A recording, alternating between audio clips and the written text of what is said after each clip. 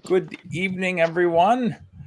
I have good news. I believe BitRush is going to be joining us later, and everyone's kind of gearing up for the next Kickstarter season. I know, John Lamont, you ended your campaign just over $17,500, and oh, please don't scare me like that. I didn't know where this was going. But anyway, this is the John Lamont stream. This is the John Lamont stream. But yeah, congratulations, John. And then we have Larry Holder, who's got a campaign going right now. Primal Chaos number 3. I'll bring that one up again. Fucking. Are you all right, John? John? No, I'm not. Okay. All right. John, let me know what I can do to help. Nothing. It's Okay. the freaking internet, and I'm trying to do this on my phone, and it's not working. I'm sorry. 1 second. Okay, sure, no problem. I'll stay here, and I'll talk about. Okay, so here we go. Present, share screen, boom. Primal. All right, so I was looking over the numbers, Larry, and yeah, Primal Chaos number 1. I don't know why Kickstarter is so aggressively promoting that, but anyway, Primal Chaos 1 brought in, I want to say, like 1,800 to 2,000 American. And the Primal Chaos 2 was like 4,000 Canadian. And then this one down here is pacing to bring in 1,000. I think that's US. So Primal Chaos 3 is seeing a bit of a drop off. And it's kind of an all hands on deck situation. So I'm going to do my best to promote it. John, I know you mentioned you were going to work in whenever John comes back. He's going to promote Primal Chaos to his backers on Wednesday with his update about going to the printer for Spirit of the Dragon 4. So we should get a bump there. And when BitRush comes on, I'm going to ask that everybody share the campaign. Got to try and help Larry get over the hump. But my campaigns have generally increased from issue to issue, and I like that. Like issue 1 is, like, for instance, when I went to Guinevere 5 and then Palace 1 was less than Guinevere 5, but each issue in a series will build off of what we saw before. So Palace 2 brought in more backers, more money than Palace 1, and Palace 3 brought in more. So if that trend holds, then Palace 4, which we're looking at right now, Danny, we've got the first 10 pages in pencil. Yep. So very pretty. Yeah, I'm looking forward to that. So Palace 4, I'm expecting, is going to grow above Palace 3. My goal, of course, will be to beat John Lamont, because I can't have him beating me. That disturbs me greatly. So 17.5. We'll see. So you're going to do a schoolgirl variant? Absolutely. So anyway, that is the way. Yeah. Sucks, eh? Yeah, but what can we do? All right. So first, does anyone have any ideas? And of course, Larry, you know more about this than anyone. Primal Chaos 3 why isn't this campaign performing a bit better? And how can we improve it? I wish I had definitive answers. Fair enough. All right. Well, if anybody gets any ideas, well, okay. Go ahead. So, Larry, what have you done differently compared to the last campaign? I set my goal a lot lower. That's for sure. Mm-hmm. Yeah, that was basically about it. How much lower? What was your goal for the last one? I don't remember. The last goal was I think it was 4,000 or 3,500 Canadian. I'm not Hold sure. on. Let's go ahead and let's actually go ahead and break down each one, because we might learn. So that is a significant difference. Although Kickstarter we all have the same approach to it, which is make it feel as much like retail as possible. Mm-hmm. It's not actually literally retail. I'm sure we've all noticed this going to conventions. You're not going to randomly sell issue 4 to anyone. You're going to sell issue 1 to everyone, even if you're talking about the new issue.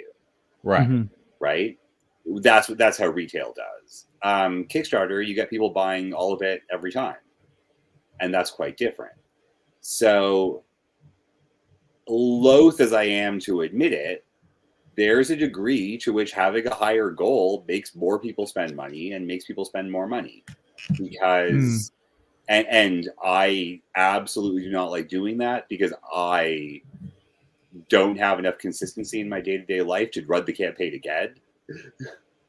But like, Cygnus Imperium has great interior art, and I'm not pulling in John Lamont numbers. Part of that's schoolgirl related, admittedly. But part of it's also my goal is relatively low. You're going to hit the goal, you're going to hit the goal, but you're not going to get people being like, oh, I want to help this guy hit his goal. Yeah. Now, one thing I want to point out, like the first thing that really strikes me is we have 42 backers and around 458 Americans. So basically, we're averaging around $10 a backer. Mm-hmm. And maybe a little bit, one more, we're like 11. And when I go to your last campaign, Primal Chaos 2, where's Primal Chaos 2? There we go. Okay, 86 backers. So honestly, you're about pacing to do roughly the same number of backers. Mm-hmm. So let's go see what's different. Yeah. The cover art's kind of a very different style. Yeah, but here those 86 backers brought in an average of what, like 20? Yeah, I did lower my prices too, so that probably didn't. Hey, why would you lower your prices instead of keeping lowering your expenses and keeping your margins higher? All right, so let's look where you got business last time. All right, so just going from the top, 36 people. People. That's really good. Paid $5 for your PDF. So that, like a third of people gave you $5 Canadian, got a PDF. And then we got 5 backers here who got retail cover for whatever, like $10 or so. It's so hard. Yeah, there we go. $15. Okay, great. So $15 Canadian. You got 5 people on a retail cover. Then Jeff Lashley, you got 6 at 20. 0, 1. Whiskey Paint, 27 backers gave you $25. So Whiskey Paint brought in of basically the main source of profit, I would say. Let's go ahead and look at that cover by Whiskey Paint. There you go. Right? Yeah. People bought, 27 backers paid you $25. And how much is that? Is her butt shinier than the pistol? Yes. Probably. Yes, it is. It's stupendous that way. There you Juicy, go. Yeah. That's like $2,500, I think, isn't it? 25 times 25. Am I wrong? Hold on. 25 times 25. 25 times 25. Oh, yeah, sorry. Yeah, that's 600. Yeah, I'm off by a lot. Okay. 25. So, well, 600 American. And then where else did we get some stuff? Four people for Miss Sashi. And then we had all cover bundles. We had 3 backers pay 100 Canadian. So that's 300. Okay, so that's like $1,100, I want to say, in variant covers. And then, we had this one guy, me, buy 50 of his, custom. Yeah. So, all right, you had me helping you out. And that was nice. But I mean, you're actually not the difference on that campaign, right? So, this one, like the Moldy campaign, where like people from the stream and the Discord were the only people who gave them to anybody. Yeah. All right. So on this one, I want to say, oh my God, what is up with that ad? I don't know, but it won't go away. Anyway. But all right, so I would say right now the number one culture you're looking at is that these backers are not going up your pricing chain. Let's go look at the breakdown though, because I'm sure it'll be interesting. Yeah, I got a lot of digital backers this time. Yeah, all right. So we got 42 backers so far, 23 of them. So half your backers are doing the $5 Canadian PDF. We got 4 backers for the standard cover at 12 instead of 15 Canadian. Yeah. Then we got 3 backers for at 15. The cover art cover. Yeah, and then we got you got 2 people here for this NSFW cover, $15, just a little low. And then you got 0 backers on that one. You got 4 backers. Okay, see what did I tell you? When you have them pushing their boobies together, people will it's back like one it. backer per nipple. Yeah, exactly. Yeah. We got 4 backers at $15 each. So you sold 9. Looks like you sold 10. All right, there's Jeff Lashley. 10, 11 backers, 12 if we got, and plus an all cover here for 12. Oh my God, you dropped the price of the all cover bundle by 20%. I did. Yeah. And there's more covers. What are you doing? Yeah. All right. So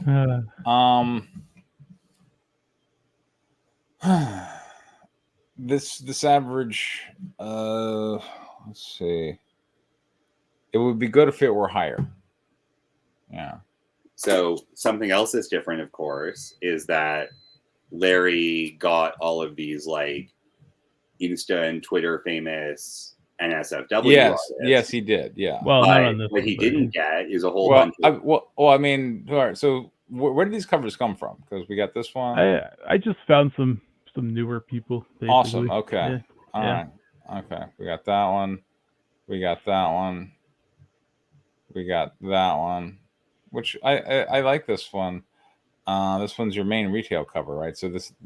Well, no. Oh no, that's not okay. Well, it's still it's the one you're gonna end up with a bunch of because it's got your character on it. Yeah, exactly. And then Maybe, we got this one, and then we have that one, and we got Viviax's butt and hooray, and then we have that. There's a lot of covers. There are a lot of covers. Yeah. Then we have that one, and then we have that one, and then we have that one. I like the anime cover, and then we have that one. All right. Which one's the anime? Is that this one? No. No. This one? That one. Okay. Cover really by like Dylan Fagan. Okay. So there's more covers. They're of much more random quality. Yeah. And sadly, you have an NSFW thing going on, which I don't think you had for the last campaign. No, I didn't. No. Yeah. And so what you've done is, to a degree, like made it hard to make a decision what to get, because they're kind of all the same price too. That's true. Like one of the things that John does is his better known artists. He actually charges more for those covers. Yeah, that makes sense. And you can't really do that, which is fine. But like, so you've dropped your pricing in an inflationary environment. And lowered your goal. So like now that you've passed your goal, no one's going to be like, oh, I'm going to be the guy that makes this happen. You don't have any feelies to offer. What do you mean? What do you mean by feelies? Like janky swag, like stuff like the aluminum trading cards, like the like for Cygnus Imperium, I have those die-cut keychains with art on both sides. I do have aluminum cards, actually. Yeah, he does have aluminum. Yeah. Why don't you have a pack with the aluminum cards? It's an add-on. It is, yeah. I mean, it's that's how I do it. Sell a pack. Be like, hey, buy the comic, get the 2 aluminum cards. Yeah. You know, only $10 for the comic when you do it, and make them pay full price for the cards, which have a better markup. There's nothing like unique to your project anyone can get. In the sense of like, oh, here's a cool keychain from Kickstarter, or like I've done mugs that have done really well, that sort of thing. So that's one thing that, and the reason I'm suggesting a feelie is because you can add it onto the campaign now and say, hey, upgrade your thing, Mm-hmm. right? So that's a way to increase your basket size. And then another thing is, of course, well, you've got all these new and up and coming artists, but what they don't have is friends with money, or what they don't have is the good sense to be doing any self promotion. Yeah. So something you could do. I got to say, instead of all these covers, if you had one whiskey paint cover, It'd you know, probably be which a lot farther. Yeah. yeah, you know, because last time whiskey paint brought in 25 backers for you, Mhm. you know, plus 3 in the all cover tiers. And this time, you know, So if you've got a bunch of artists who aren't doing any promo, one thing you should do is write their tweets for them, include the images, put it like yeah, put an overlay on the images or whatever to make sure they know it's for Kickstarter and for you. Right. And blah, blah, blah. Give them everything they need. Just copy, paste, post, brother. yeah. I mean, Right?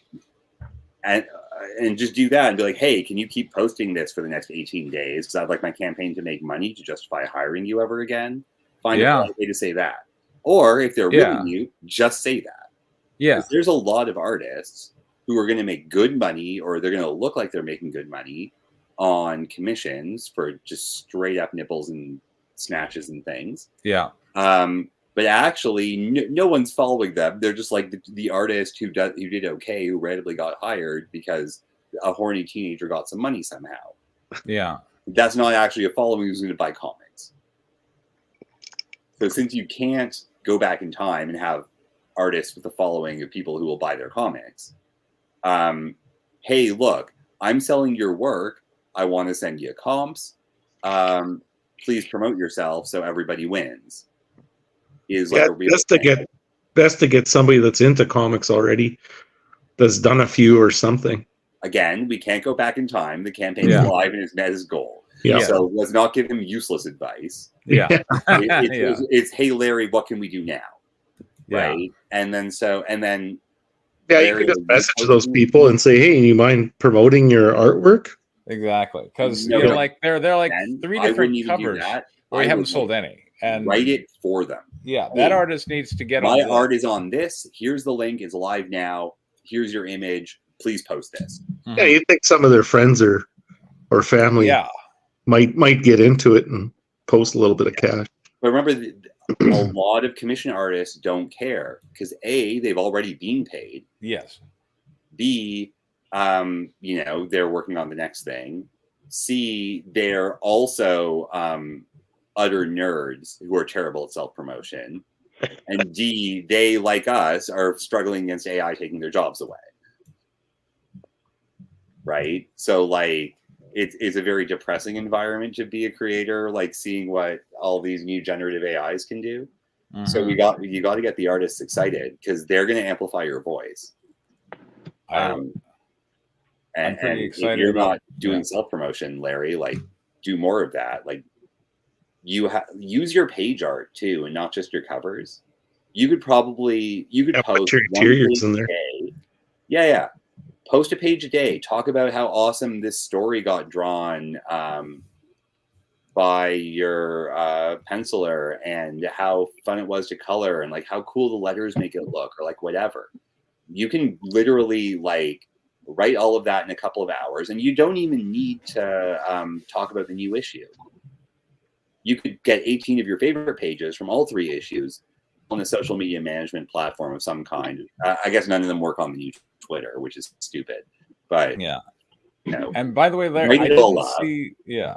And then schedule everything so you don't actually have to be there to have it go every day. Hey, here's a book. Here's a page. Go read all the pages sequentially by giving me money. Yeah. Don't forget to tell them about the add-on where they can get issues 1 and 2. You know. So. Larry, you're going to do in my series. You can buy the new issue on this campaign now. Yeah. Hashtag comics. How often are you posting per day? Yeah. What's that, sorry? How often are you posting per day? Not very often because I'm busy most of the day. So. Except for when he's simping after all these artists and. Yeah. Like I think you should be posting at the beginning of your campaign. You should be posting like 4 times a day at least. Well, some of us work yeah. during the day, so yeah. I know. I do too. Yeah. That's what why you I'm have actually bathroom breaks. Larry. Like Larry, you know, on Twitter you can schedule posts in advance. I don't know that, but yeah, okay. I can show you how to do that if you'd like. Yeah. It's really easy. Unfortunately, you can only right now on Twitter, the only way to do it without paying money is just do it through their platform, which is annoying. But aside from that, I can show you how to do it. And then instead of posting X number of times, you know, at a time when you might be at work or whatever, you spend an hour and a half writing 18 posts plus some ending soon posts for the end of the last few days of the campaign. And you just schedule all of them and then get on with your life. It's like 2.5 hours and then you're just done for the next 2 weeks. Yeah, I'll put you in my next update. I got another one coming out on Thursday, so. Thank you. We appreciate that. Yeah. All hands on it. But yeah, Larry, go ahead. And then the other thing you can do, because you're artist might not be promoting enough, if you're going to do a post talking about their cool cover, literally tag them in it. Yeah. So their followers see that shit. And they have to engage. Then they have to acknowledge. Yeah. That's the issue here. And then you can cross-post that shit to your Instagram too. Cool. And I can I did that, but anyway. So. I think the page a day might be a good idea, but I would recommend doing that from issue 1 and maybe offer issue 1 PDF for free on your on the campaign page. Let people download it and they could check out the story and decide if they want to do it. That's another idea. Yeah. And as BitRush suggests, do cross promotion with other campaigns. Of course. Yeah. And that's actually another thing where it's a couple hours of your life. So like you could spend like an hour looking at what's new and doing well in comics that's like kind of on your level. You know, oh, you got a comic about demons and tits, so do I. Let's have a demon tit like comic party. Woo, let's go. Woo. And then be like, hey, let's cross promote. You've got 40 something backers, which is not insignificant. No. If any of those people are even willing to pay like $5 for another digital comic, which is a low price, then that's free money for anybody else. Yeah. And your backers are getting value, a good comic for $5. So, hey, I just met this guy. He's got this campaign up now. Go check it out. Here's a link. And then you hope that they do the same thing. But the thing is you're posting like with, if you post via project updates that get email notifications out to all the backers, then you can see if they do it or not. Yeah. Well, usually they have them open to the public, right? Yeah. But also you can see if they fuck you. So that means I guess you could, yeah. Yeah. And look, I know you felt like Miss Sashi and Whiskey Paint were a little pricey for you. I don't know how much these other artists cost. I don't know that I want to get into it, but you know, Whiskey Paint, I liked that booty cover, and I think I bought like half your print run on it because I can just sell it at cons, and I have sold it. You know, it's in my box.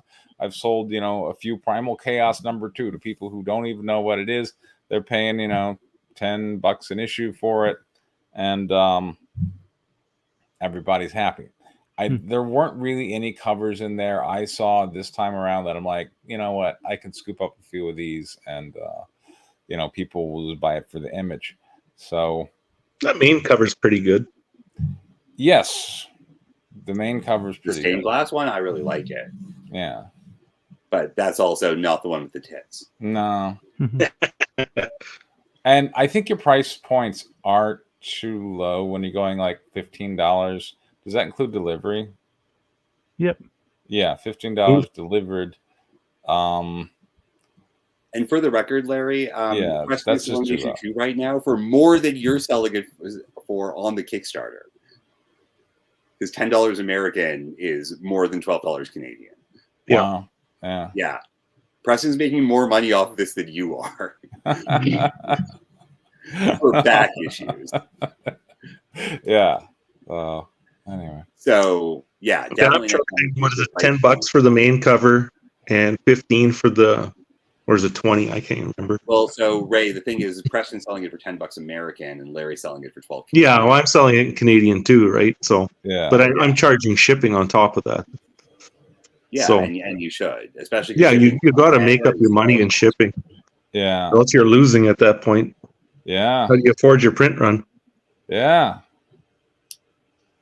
Anyway. I mean, I think the goal is to balance out. Yeah. If you get ahead, good for you. But I mean, the goal is to balance.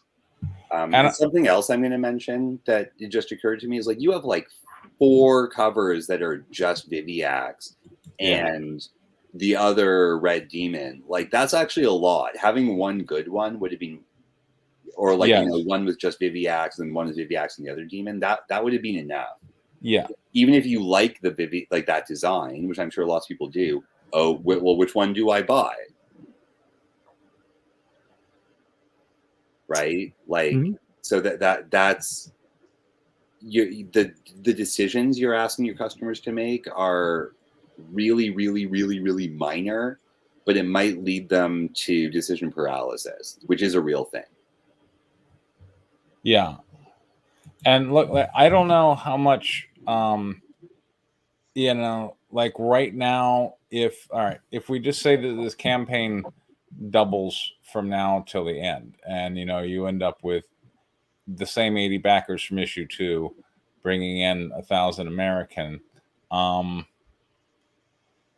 if that's like financially like, oh my gosh, I'm in the hole, then just cancel this and relaunch it, and you know, and change. I never even cancel it now that it's hit the goal. Though. I think you can cancel it at any time for it. Yeah, you can cancel anytime. I think cancel anytime. Yeah. Speaking of your previous backers, have you sent an update to your last campaign saying? Yeah, I did that.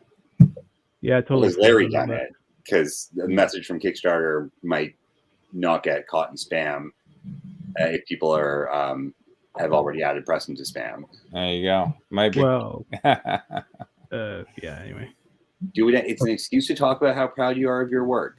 Yeah, just tell them how awesome it is, like, how you're doing with it. Salesy, just be like, I'm super happy about this. Like, this came out really brilliantly. It's really good. Like, you've got to sell shit. And like, you put on your best Gordon Ramsay. Either it's disgusting or like delicious. Yeah. And your book's got to be delicious because you're selling it. There you go. Okay, let's talk about Moon Baby. Oh God, we're gonna like give Larry like so much stress today. Okay, I'm already stressed out enough as it is. So. All right. Yeah. All right. Well, Larry, if you want to have a chat later, I can like walk you through the Twitter stuff. Or like no, that's okay. I don't mind. It won't take me very long. It's going to give you a lot more opportunity to do marketing in a way that actually works for you. And I do want to see you succeed more. So that's a standing offer.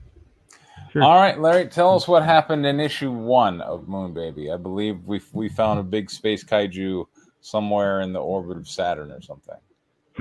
Right? Jupiter, but Jupiter, whatever. All right, it's Jupiter. Yeah.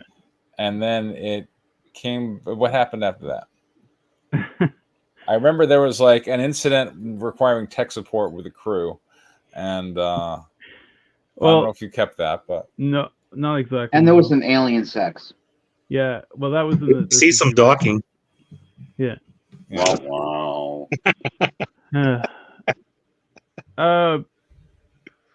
All right, I'm gonna read this because, yeah, that will keep me focused. All right.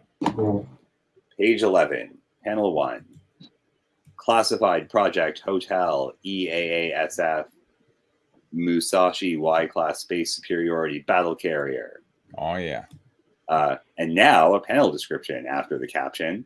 Wide shot, massively heavily armed spaceship sits housed in a docking frame orbiting Venus. Admiral Jin barks orders at the bridge crew off panel. Systems check. We need to launch in 10 minutes. Panel 2, medium shot. Admiral Jin stands in full uniform, his back to the reader, looking out of the forward viewport of the command bridge. 4 technicians seated at control panels in front of him respond to his inquiry. Main drive engines at 95%. Weapon systems are all loaded and hot. Repulsor shields are functional. NYD screens still not online. Counter fire control is offline. Deployment tubes for fighter support are operational. Slip drive is now calibrated and showing green. As soon as NWD screens are active, start the countdown for slip jump. Oh my God, there's more panels on this page? Larry. Consider that a note. Panel 3. Close up on Admiral Jin. He huffs boldly.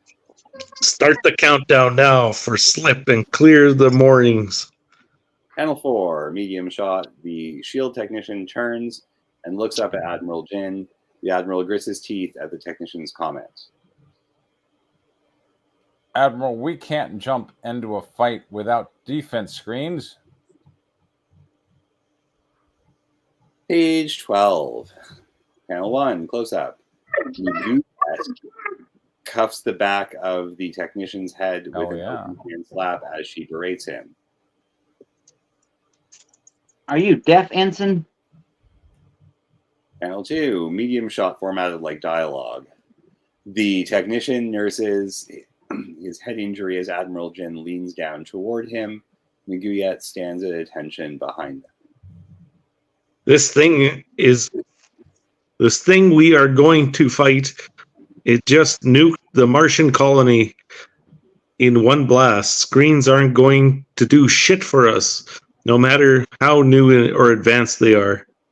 Pretty sure that's not how you spell Martian, though. Probably not. Yeah. I didn't have a chance to read it. Panel 3, medium shot. Admiral Jin stands tall, pointing forward toward the front viewport, out into space.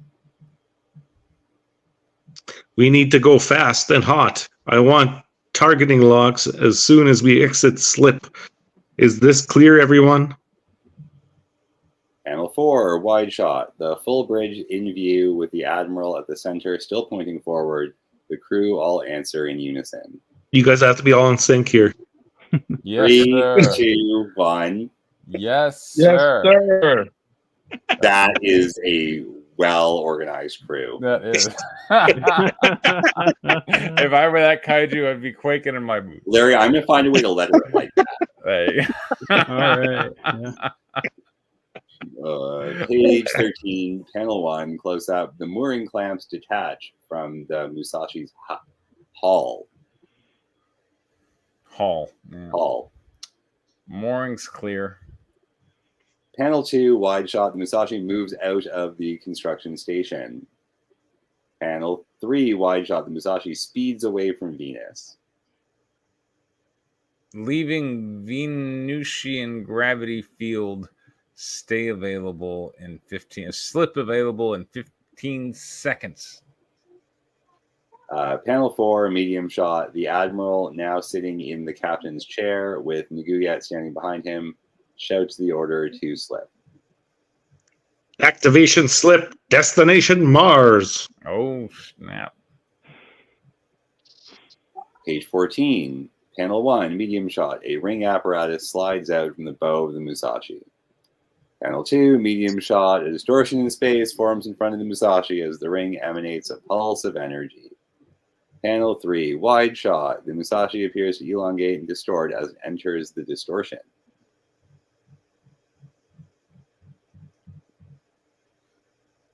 Page 15, panel 1. Caption before art description. Let's go. Wide shot. The Musashi bursts into orbit of Mars in a flash of light. Mars. Panel 2, wide shot. View looking into the front view window of the bridge. The crew works to confirm location as the Admiral... Can't you just look at the planet? It's red. Yeah. Where are we? I don't know. The red one. Confirm orbit. Mars orbit confirmed. Perfect slip, sir. Main cannons ready. Kinetic ballistics locking on colony location. Ready in 25 seconds. We're blowing up a colony? Jesus. All right. Consistency issue. You were referring to that unit of time as sex earlier. Hmm? Uh, Sorry. Yeah. Yeah. I'll get Panel 3, close up. Naguyat bends down to whisper into the Admiral's ear. His cold gaze aims forward as he replies. Are we sure no one survived the creature's attack? SAT scan registers that the whole city and surrounding area was glassed. The only thing down there is that monster just standing there, waiting, probably recharging or whatever horse shit a monster does after frying 2 million people. Time to return the favor. Ready to fire, sir. Fire! What panel number was that? 3. Okay, 3 is not so bad for that. Yeah. Page Splash 16, page. Splash page. Wide shot. The Musashi's main cannons burst out intense electrical charges as 6, 30-meter long, superheated metal rods thrust out from the muscles. The muscles. How do you measure that? Muzzles. Muzzles, yeah. 30 you meters. look at, like the sea creature, dude, Sorry. towards Again. the viewer. Didn't have time to proofread it. So. There will be sea creatures in orbit around Mars. Yeah. 17, number 1. 17. Okay, yep. Panel 1, wide shot. The white hot projectiles enter the atmosphere, turning to blazing spikes of fire. No copy. Panel 2, wide shot. Leviathan stands motionless in the center of the former Mars colony. Now a crater of solidified melted glass and burnt debris. No copy. Panel 3, close up. Leviathan's eye snaps open. No copy. Panel 4, medium shot. Leviathan looks up toward the oncoming projectiles heading towards it. No copy. Page 18, another splash page. We're The blowing it up. rods hit the former colony and cause mass impact explosions that shatter and rocket the surface of the planet into a massive dust cloud at the epicenter. Cracks in the surface mantle of Mars spider out from the center of the explosion. An airwave bursts in all directions, causing static electrical arcs throughout the... Impact on target confirmed. Throughout the what? Guys. Page 19, panel 1, close up. The Admiral leers behind the scanner technician. Scan the target area and confirm the thing is dead. If you find that what's left of it, that is... Yes, Admiral. Panel 2. Wide shot. The Admiral turns from the scanner station on the left side of the bridge and addresses the crew. The scanner technician cuts him off suddenly. Once we have confirmed the creature is dead, we need to slip back to Venus before our other governments will get wind of our new toy. Yeah. I want all systems ready ASAP. Sir, sorry. There's something weird going on. Panel 3. Medium shot. The Admiral leans back over the scanner technician's chair, uncomfortably close, and yells into the technician's ear. The technician nervously replies as quickly as he can. It's been 30 seconds. What could you have possibly found that was so weird you need to interrupt me? Sir, there's a null energy pattern coming from the center of the target site.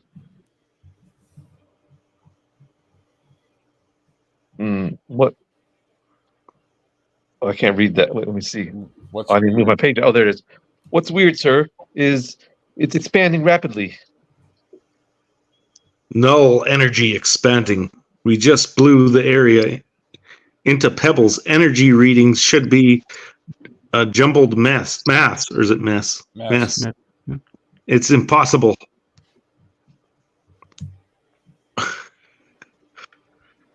Close up. Panel 4, close up.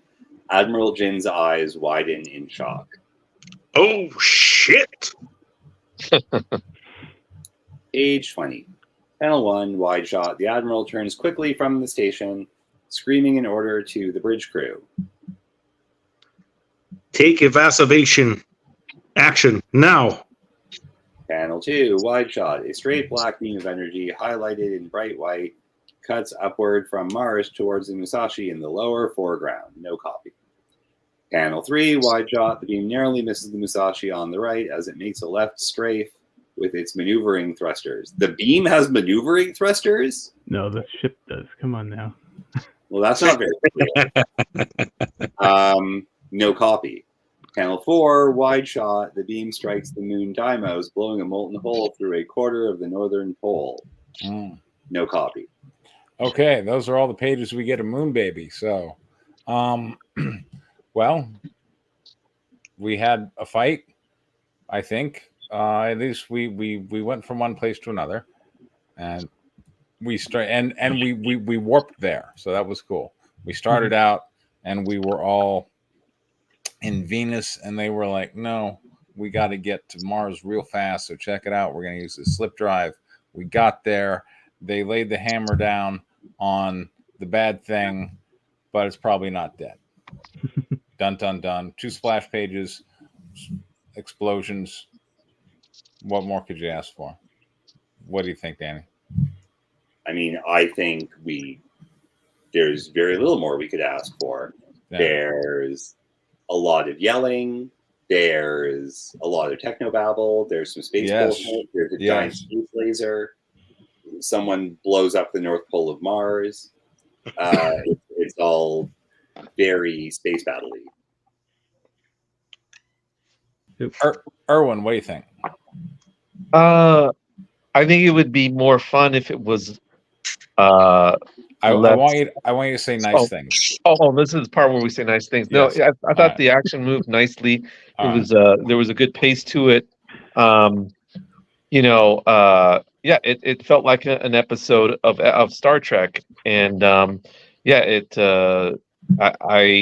weren't too many things going on for someone who doesn't really know. I mean, I'm being distracted all over the place here in my house, and so for someone who doesn't really know what's going on that clearly, my interest was kept, and I had a through line to what was going on. There we go. John Lamont hopefully will be back and deliver us some quality notes. But meanwhile, we have here we go. Okay. Welcome back, John. Are you here? Yeah, I'm sorry. That's all right. While you're here, why don't you tell us what you liked about it? It was very, very sci-fi. Yes. That's always fun. Yes. And let's see. Lots of activity on the bridge. Yep. So lots of techno babble. I think somebody else said that already. It's good at the world building part. Makes it feel alive. All right, Ray, go ahead. I like the interaction on the bridge there with all the admirals and the sergeant and whatnot. It was pretty cool. There's some cool splash pages in there too, which you get to see the action and the giant red planet. So yeah, I don't know. In all, it was a good description of everything that's happening. All right. Does anyone have any? Erwin, I know you had some constructives. Why don't we start with you? Me myself, I like to see like actual living things affected and paying the price of battle. So when I see a whole bunch of beams and planets breaking up and stuff like it doesn't affect me emotionally as much as when, for instance, on Star Trek, you just see everybody everybody just like it was really Yes. I like to see humans and monsters being hurt in my battles and stuff. The other thing is I would have liked to see just a little piece of the admiral's personality coming through and it being some aspect of his personality being challenged in some way, you know.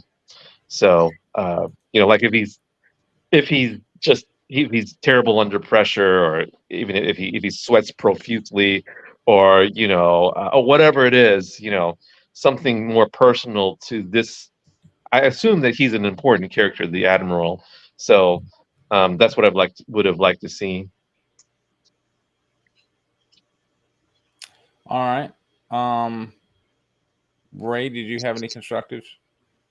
Yeah, I had a couple. Like, I mean, I think the Admiral kind of rambles a little bit.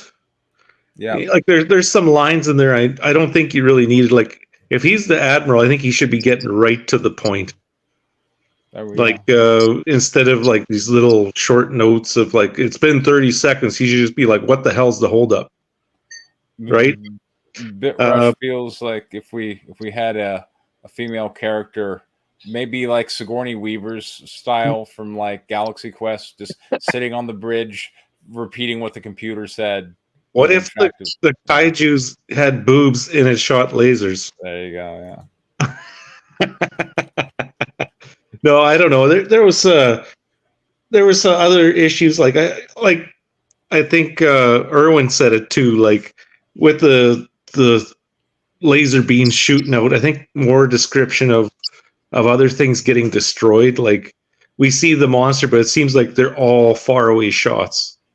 Maybe like some close-ups of some things getting destroyed, or buildings collapsing on people, or something more graphic. I think that would have added to it a bit more. But yeah. John. I feel like there's too many people. They're very, I think you can condense all of your technicians. I don't know why there needs to be 6 of them. Yeah. And besides that one panel, we don't really see them. So, I mean, either give them all something unique to do, or merge some characters. I kind of agree with Irwin. We see they fire the big bang and it goes big boom, but we don't really see what that, this isn't a low budget movie where you have to fake it because you don't have the money to blow something up. You can be as detailed as you can describe to your artist, and I feel like you should make use of that. Though blowing a chunk out of that moon was kind of was a really cool shot, but I think a little bit more of that kind of thing.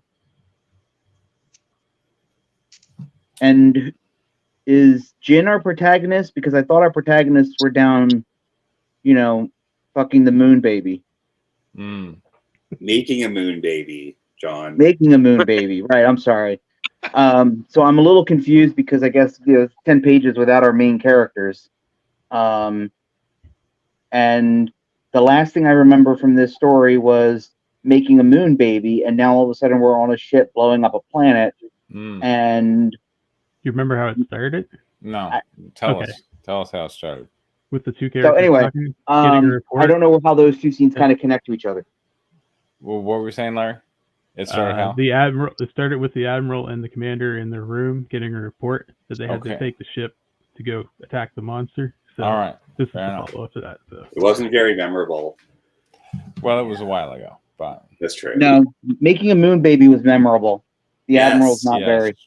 Yeah, well, I mean, I got a couple more scenes in this, and then it switches back to them. So, all right. Maybe it could break it up. That's exactly what it's doing. I was going to stress that actually in my neutral comment before my which is the dialogue, that all of that dialogue during that introductory bridge scene was weirdly sexual, and you should 100p intercut that with the other sex scene. There you go. Like it's very Austin Powers or whatever, but it totally works in that way. So I highly recommend you try that. And then also there's something in between all of the 1,000 characters giving needless sci-fi exposition. So it's also less boring that way. And And then my other major constructive, aside from where's our protagonist and why do we care about any of this, is the dialogue was actually really repetitive. Like there was a lot of like, oh, we've got to go do this thing. No, we've got to do this thing. Like, why don't you just like have the captain say, well, we've got to jump now, and then have the guy saying, well, we got to put up the shields. Interrupt him instead of him having the line right beforehand of, I'm about to put up the shields. Why didn't you stop me from putting up the shields? Like, you're not introducing the ideas at a time where it's going to be useful to the audience, and instead you're overwhelming them. So none of it's memorable. And putting it in a context where the captain's jumping the gun, you know, maybe he has problems with stamina, which we can bring up in that introductory exposition scene that was otherwise boring. And then we make a joke out of it, but also like remind us of the character trait during this bridge scene where he's like, no, we're going in. Hold on, you can't go into that protection or you're going to make a moon baby. Like, you know, you can turn this into a moment, and you miss a lot of those opportunities because you spend more time being repetitive. Preston still needs to give constructives. I don't know why we needed to watch them do a space jump. Like, why don't we just open on them arriving in Mars? We spent a whole page watching them do a space jump. Yeah, like why don't we? Yeah, I don't think we need that. I think we can just arrive at Mars and go, there we go. There, and for that matter, like, how come they don't have visual confirmation on the monster? Like, how come they're launching a bunch of missiles and just take my word for it, the guy's there? You know, there's the only thing that can obscure vision on Mars is if there happens to be a sandstorm. So absent that, they should be able to just look down and go, oh, yeah, there's the monster right there. Because, you know, I mean, how big is this monster? Not big enough to see from a spaceship up into orbit. Well, like climbing out of Titan and like stomping on some spaceship. They got a spaceship. How do they not have a space telescope letting them see what's on the planet? There's nothing that will obscure a line of sight between the planet's surface and a ship in orbit, right? Right. So, and yeah, they've got telescopes, and you know, like, I mean, look, you can take your I've seen people take their iPhones pointed at the moon and like zoom in on craters and stuff. So, and that's standing here from the surface to something 2 light seconds away, with an atmosphere in the middle. You know, I feel like there's no reasons why they wouldn't have visual confirmation that that's a big bad guy standing right there. And it would be more visual as opposed to, oh, just launch the missiles at these coordinates and hopefully we hit something. I think you need to read it again. Okay. Because they say he's just standing in the middle of the crater and they launch at the center of the crater. Right. So, yeah, I do remember that line. Yeah. But I do also remember a line. Hold on. I do also remember a line where it was, well, whatever. Where they weren't quite sure. Like he gave the order to fire on the base, right? Yeah. Without actually visually seeing it. And then as we get like after that order is given, like I want them, call me old fashioned, but I'd like them to be looking at what they're about to nuke. Also, you said they glassed the surface, which implies, you know, they hit this thing with presumably some kind of nuke. And if that didn't work, what are these things? And why are we expecting them to work? No, the creature glassed the surface when it arrived on Mars. So, well, that's cool. Okay. That's at the end of the first book. Sorry. Yeah. Fair enough. Yeah. All right. Okay. So those were my thoughts. Okay.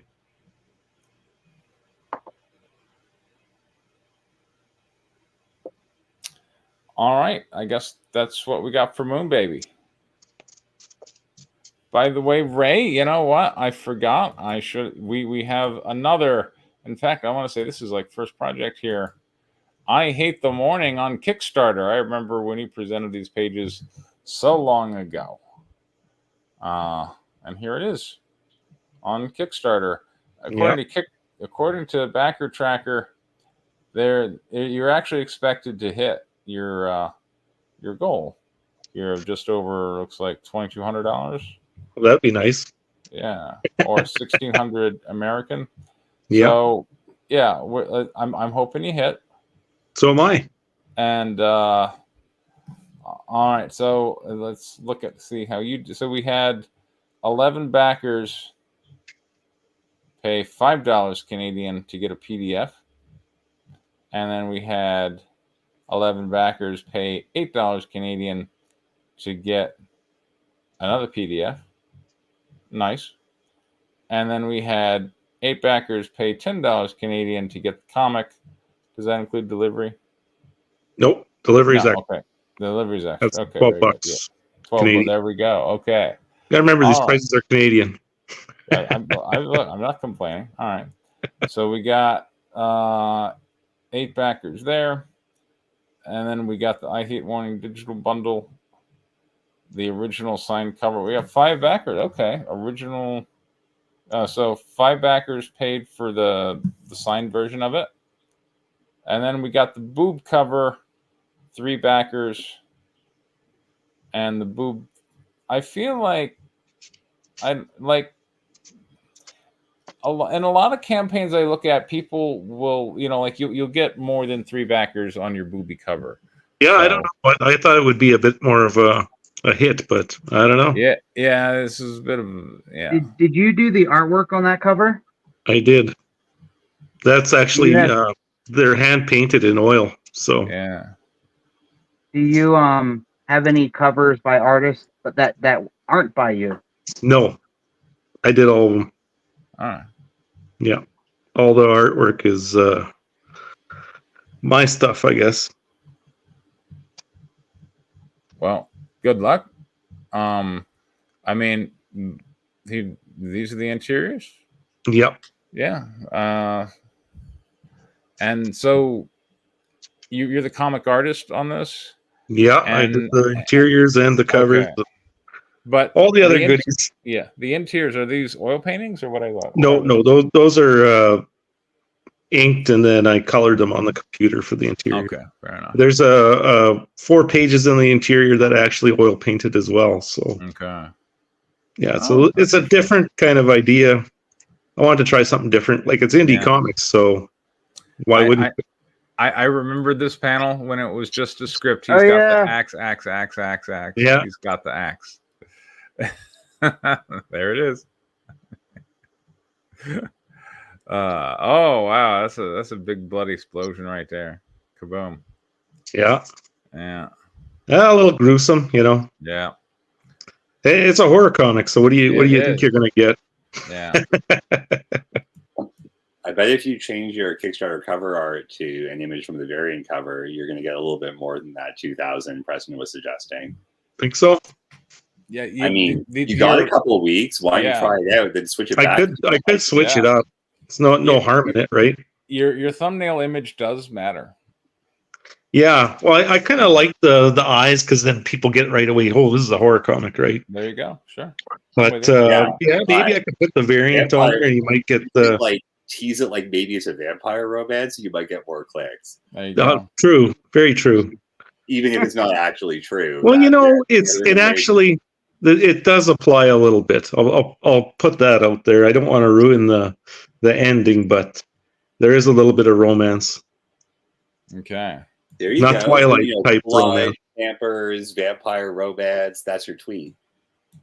I guess I could put that in there. Yeah, I'll put in a romance in my next tweet. You never know. You might get the Twilight lovers jumping on board, right? I mean, I don't know why you're not jumping into that pool. Yeah, like I don't know. That could only be good, right? In that pool. Yeah.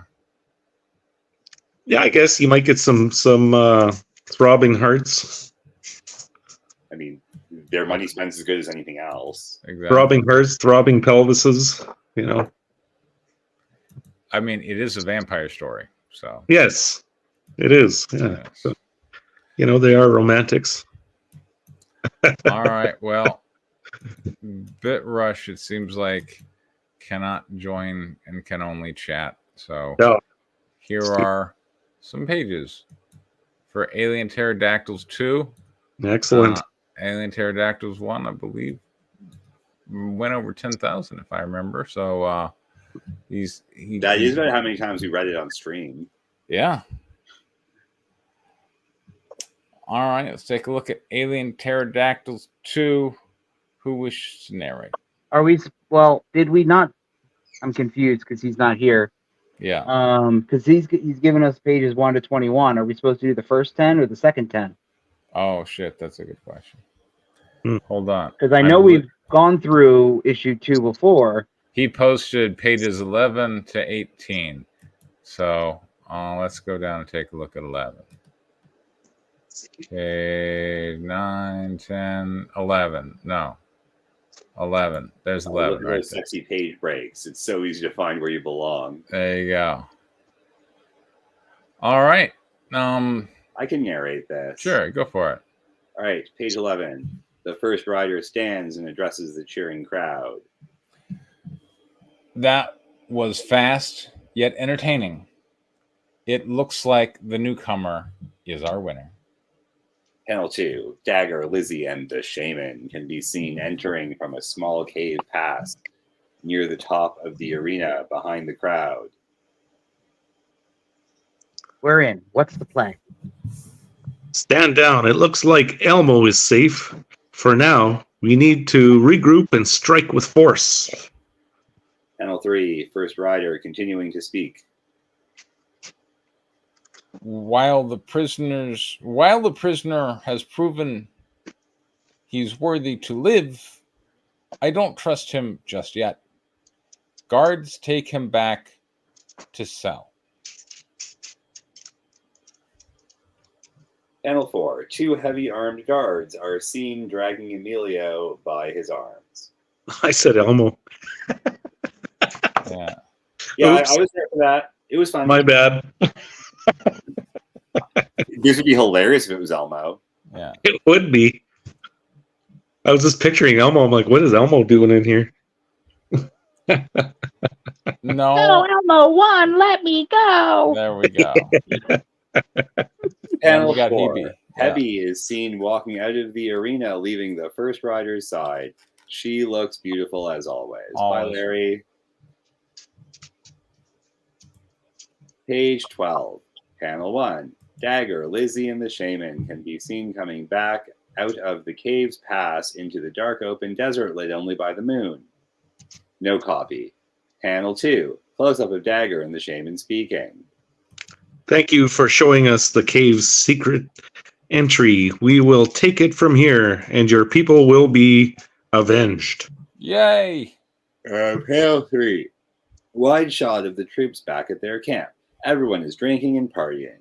Priscilla, Queen of the Desert, is seen in the center of the group, topless, breasts out, of course. There we go. Still wearing her. I mean, that is what the definition of topless. That is, yeah. It is, but like literally every panel uses Not a bikini underneath.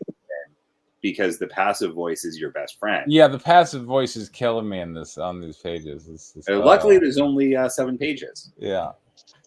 So it's more tolerable because of that. Nipple rings, blah, blah, blah, blah, blah. Several of the men are watching her intently. Lizzie and Dagger can be seen in the distant shadows approaching the camp. No copy. They can be Panel seen. 4. Close-up shot of Priscilla, still topless, still in the center of the crowd, still pouring whiskey down her breasts, and one There of we the go. soldiers drinks the whiskey flowing from her nipple. All right. You can really see where I think you wrote that wrong, BitRush. It's one of the soldiers can be seen drinking. Yeah. There we go. Like you see where like the passion really comes alive in these pages. We got a line. Am I Priscilla? You are now. Whoa, who else wants a titty shot? Panel 5. Lizzie has grabbed Priscilla from behind, wrapping her arms around her with her hands covering and grasping Priscilla's breasts in an attempt to save her from the horny crowd. What? Let's do it. Save her why? What is happening? The scene, however, is quite erotic. Make up your fucking mind. The men soldiers all cheer, rowdy and still drunk. Well, That's are they enough cheering or are they like, is she in need of saving? What is happening? That's enough, boys. Priscilla, you're coming with me back to your tent. Yeah. Buzzkill. Page 13. Dagger has now replaced Priscilla as the center of attention among the crowd and addresses them in a serious manner. You've had your fun for the night. Now it's time to get focused. We will still have a mission to complete. We've discovered a secret pass in the enemy stronghold. Get your rest tonight because we attack at first light. Dismissed. Panel 2.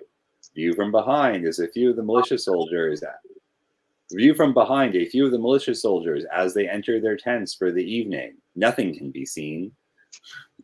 Just their behinds, which is yes. I like the equal opportunity here. I mean, I think I should just rewrite this so it's more in Bitrush's style. Yeah. Panel 3, Priscilla can be seen now back in her tent, laying on her cot, still topless and sticky from the whiskey. There we go. She can be seen clearly looking wasted. Lizzie can be seen standing above her from the side of her bed and can be seen looking serious. I know you're in pain from losing Elmo today, but you've got to get yourself together, girl. We found Elmo, and we're going to need you tomorrow for the assault on the cave.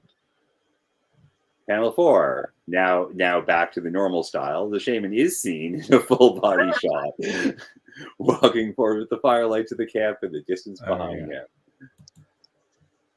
Panel, no copy. Panel 5. The shaman morphs, revealing his true self as an alien shapeshifter. Oh no! There are lights There, of course, there are. surrounding his body and swirling around his new form to illustrate the transformation. The alien is a terrifying creature, tall and skinny, human-like body with pale green skin, a mantis-like head that is much larger than a human head. There we go. Well, where did he put it then? He's a shapeshifter. Also, no copy. Page 14, panel 1. A larger mantis alien sits on the large futuristic throne in the center of a futuristic-looking alien spaceship. This alien's head is even larger, and he is adorned by jewelry in fancy-looking robes of a royal alien class. The alien leader looks even meaner and more terrifying than the previous. Sentence incomplete. Before the leader stands our alien/shaman from the previous panel, seen from behind. I was wondering what that word would come up. There are futuristic-looking panels, screens, and electronics of all sorts you would expect from an alien race's spaceship. Master, you'll be pleased to know that the trap has been set. The two opposing groups are set to face off and wipe each other out, leaving this planet wide open for the taking. Very good. Return to me once the task is complete. Panel 2. Peppy walks past the guards towards Elmo's cave, carrying a ball gag. She's carrying a ball gag. Yeah. In one hand and a small horsewhip in the other. All right. I like where this is headed. No copy. I think you were right. He only says can be seen when he's not typing with one hand. Yeah. Panel 3. Yeah, the prose gets more active and better when it's sexy time. Heavy arrives at Elmo's cage, holding up the ball gag. See, look, there's no passive here. Yeah, Heavy, all right, like, it becomes active. Yeah, when he starts typing with one hand, all of a sudden the prose improves. It's super not problematic at all.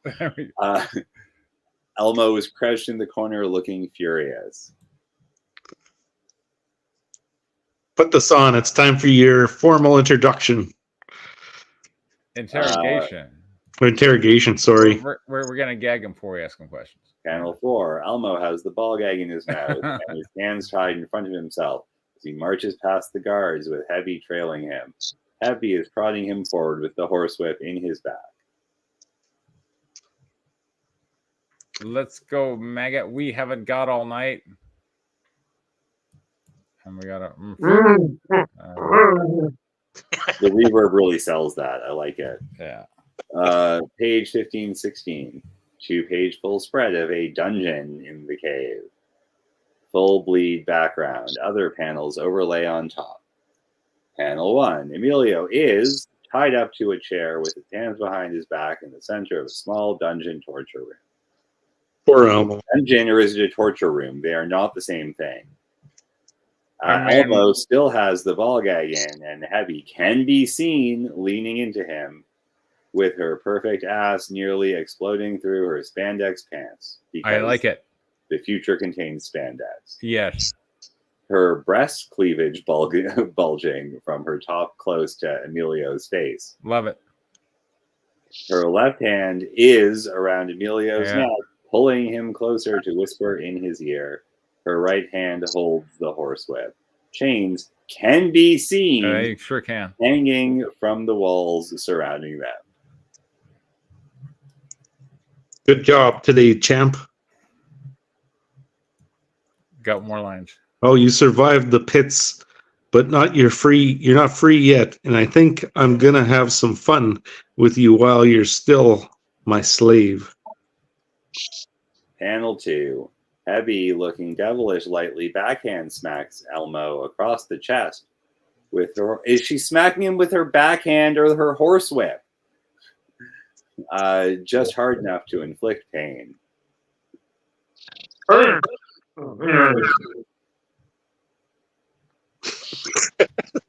Don't try to resist me. Panel 3. Waist up shot of Heavy as she unzips her top, fully revealing her large, beautiful breasts. No copy. I mean, look, I love this sentence, but I don't know if this can be Sheen because it seems like so active. Like, is she unzipping the top and revealing it, or has she already done it? Right. No, she's unzipping the top that currently reveals the breasts. Okay. All right. What if it chafes? That's what I'm saying. Okay. Panel 4. Heavy sits straddled on Elmo's lap, facing him with her horsewhip held in both hands behind his head, pulling him close to her, burying his face in her large breasts. I mean, this is a good interrogation. Right. Had enough pain yet, big boy? Are you ready to talk, or do you want the whip again? I mean, it's a terrible interrogation. It's a fine dungeon scene. I don't know if that's going to be successful. Panel 5. He's hand pulling the gag down out of Emilio's mouth. Panel 5 again. For some reason. Full wide view of Heavy, still sitting straddled on Elmo's lap, now kissing him passionately with both her hands behind his head, grasping chunks of his hair. The ball gag is hanging around Emilio's neck. The horsewhip lays on the floor behind Emilio's chair.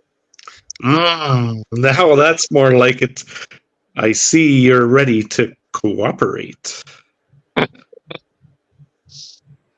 Page 16, same scene. Oh God, there's more. Oh, There's more. How many panels were on the first page? Like 7? I mean, look. It's not a 2-page spread. Okay. Anyways, page 16, same scene. Close-up shot of Emilio's face, which is still inches from Heavy's exposed breasts. What the fuck is wrong with you? You're seriously a psycho bitch. Panel 2, waist-up shot of Heavy talking. Emilio's face in the scene at her chest. Relax. It's just... Of course it's in the scene. He's drawing... Your illustrator's drawing it into the scene, dude. Yeah. Relax. I was just having a little fun. Plus, I had to make it look good for the guards. Now let's talk about our escape. Panel 3, same scene. Wide shot of the entire room. Heavy is still straddling Emilio with her arms around his neck as they talk. How about you just let me go? No, can do, darling. Although you managed to survive the pits of the first rider, I will never let you free you'll most likely work as a slave for months before you will be trusted to leave your cell unattended. Erwin, by the way, I think all of your echoing is because you have 2 instances of the stream app open, because I can see you here twice. Oh, yeah, I can't figure out where the other one is. It's certainly a thing that's happening. So when you give notes, it's going to be really distracting. When we're done with the art direction, you might want to log out and log back in. Oh, wait, hold up. Or can you mute? There we go. There we go. Erwin, can you talk again? Yeah, I can talk. How many? There we go. Solved. It made the muffling sounds really good, though. No, it was great. It was everywhere. I'm going to kick this other image of you from the studio. Hopefully, you're still here, right? What? Erwin? Yeah, I'm here. All right, cool. Problem solved. Panel 4. Hebby now standing in front of Emilio, zipping her latex top back up. Sad. See, it did shave. I don't think I'm heavy. Oh, sorry. I'll figure something out, but in the meantime, you will have to go back to your cell and wait. If the first rider expects anything, he'll kill you without a second thought.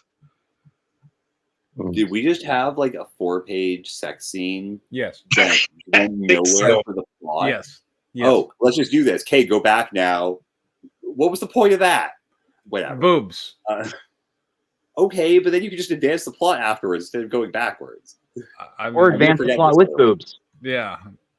That's ideal. All I know is I want to follow Hetty into the next scene as opposed to the other guy. Well, it looks like we're doing that. Page 17, wide shot.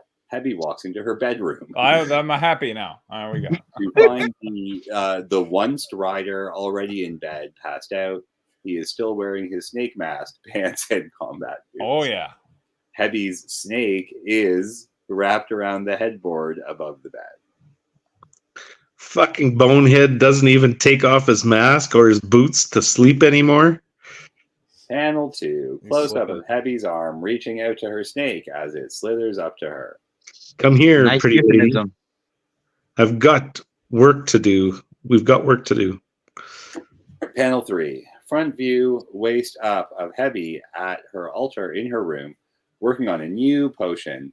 Herbs, liquids, and other items are strewn across the altar to indicate she has been busy at work. Yes. Hebby's snake is wrapped around her arm and back of her neck with its head resting at her shoulder. No copy. Panel 4, waist up shot. Hebby holds a small vial of green liquid up as she inspects its contents. This ought to be enough to keep that bastard out for a few days. Now let's hope Elmo's commander comes through. Panel 5, close-up of Hebby injecting the tranquilizer serum she recently created into the once rider's neck as he sleeps. Page 18, panel 1. Lizzie stands just outside of Dagger's tent. She pulls back the opening just slightly to peer inside without being noticed. Commander, are you awake? We need a dagger. Is that I'll John? do Dagger. I'll do it. Okay. Come in. Panel 2. Dagger stands over a small table in the center of his tent. On the table are several parts from his pistol. In his hand, he polished the pistol's slide with a dirty rag. You couldn't sleep either, huh? I'm just making sure all my equipment is in order. We can't afford any mistakes tomorrow. We barely have enough soldiers to attack the nest. We'll need to keep our casualties to a minimum if we want any hopes of success on this mission. Panel 3, waist-up shot of Lizzie, the commander. As with all our missions, there's always an unexpected roadblock or two. We just have to keep adapting and overcoming. Isn't that what you always say? Panel 4, view from behind, looking over Dagger's shoulder at Lizzie. You got that right, soldier. Let's just hope Emilio can stay alive long enough for us to get to him, or else this whole thing will be a waste of firepower.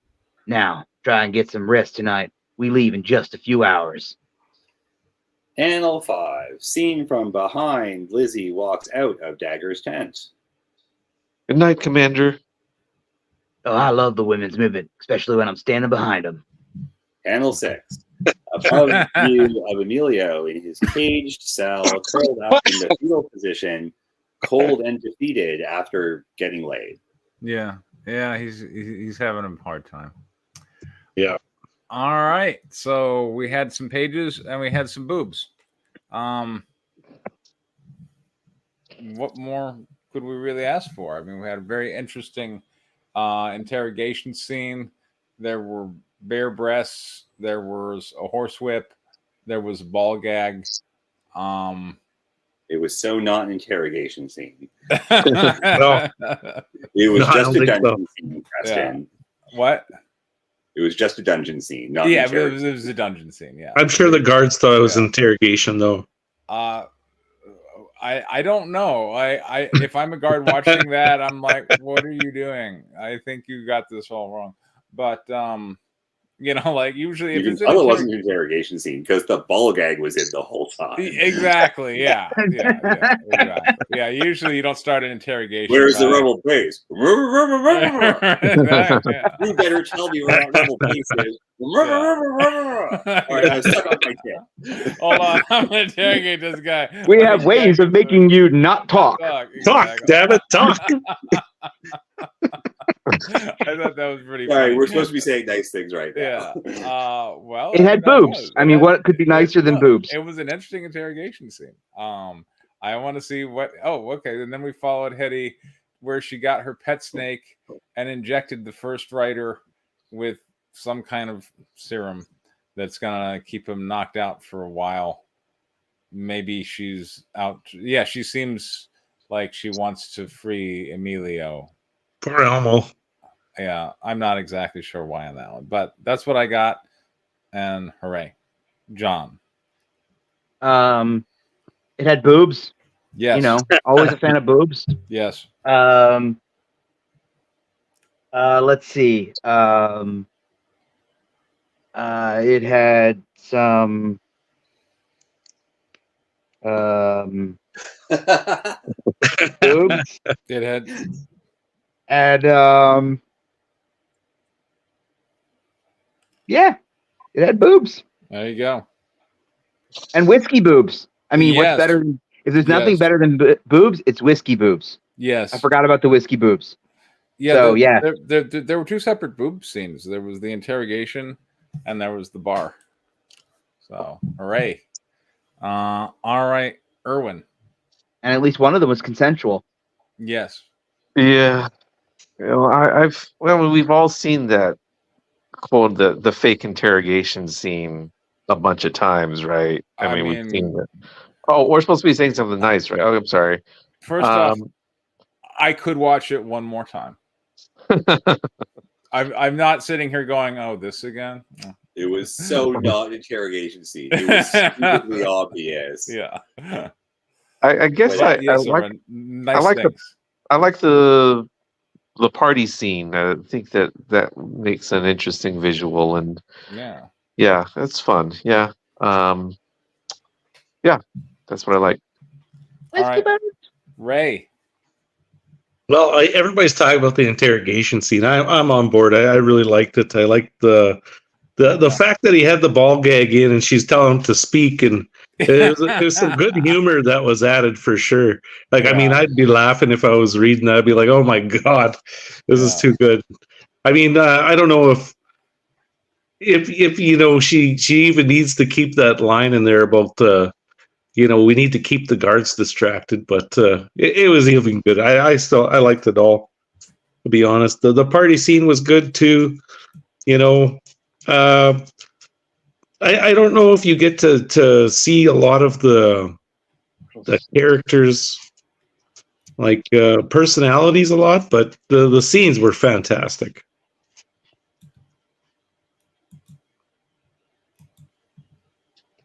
Danny. It had boobs. Yes. And it had a dungeon scene that was utterly not an interrogation scene. Yes.